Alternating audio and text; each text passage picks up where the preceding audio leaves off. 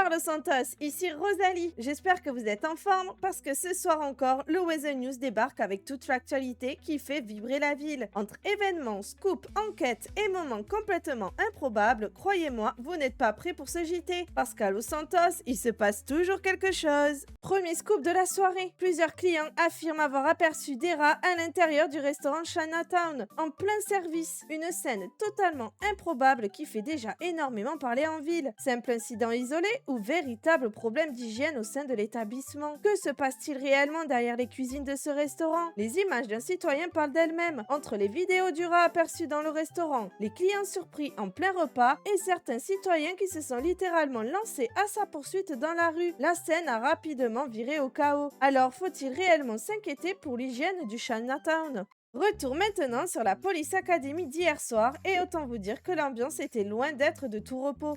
Pas moins de 20 participants étaient présents pour tenter d'intégrer les rangs des forces de l'ordre.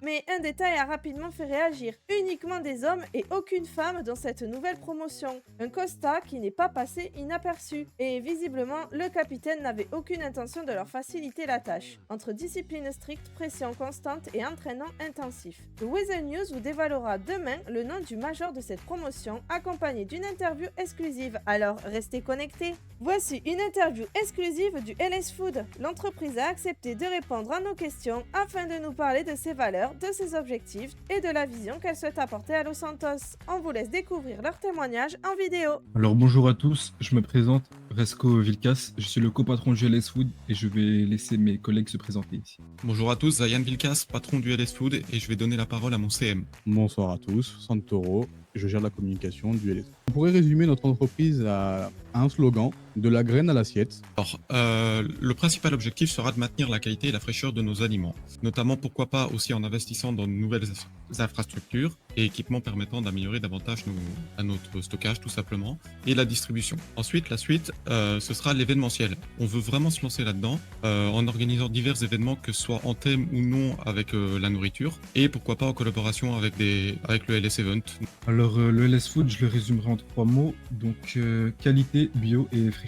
Petit arrêt du côté de Sandy Shore avec l'ouverture officielle du Sandy Strip ce soir à 22h30. Le bar ouvre ses portes pour la première fois et lance également une session de recrutement pour ceux qui souhaitent rejoindre l'équipe. Alors, si vous cherchez du travail ou simplement une bonne ambiance pour sortir ce soir, direction le Sandy Strip. C'est déjà la fin de ce JT. Continuez de profiter et de faire vibrer la ville et surtout, gardez toujours un œil ouvert parce que le prochain scoop peut arriver à n'importe quel moment. C'était Rosalie à l'antenne. Prenez soin de vous, passez une excellente soirée et on se retrouve très bientôt pour encore plus d'actu, d'ambiance et de folie.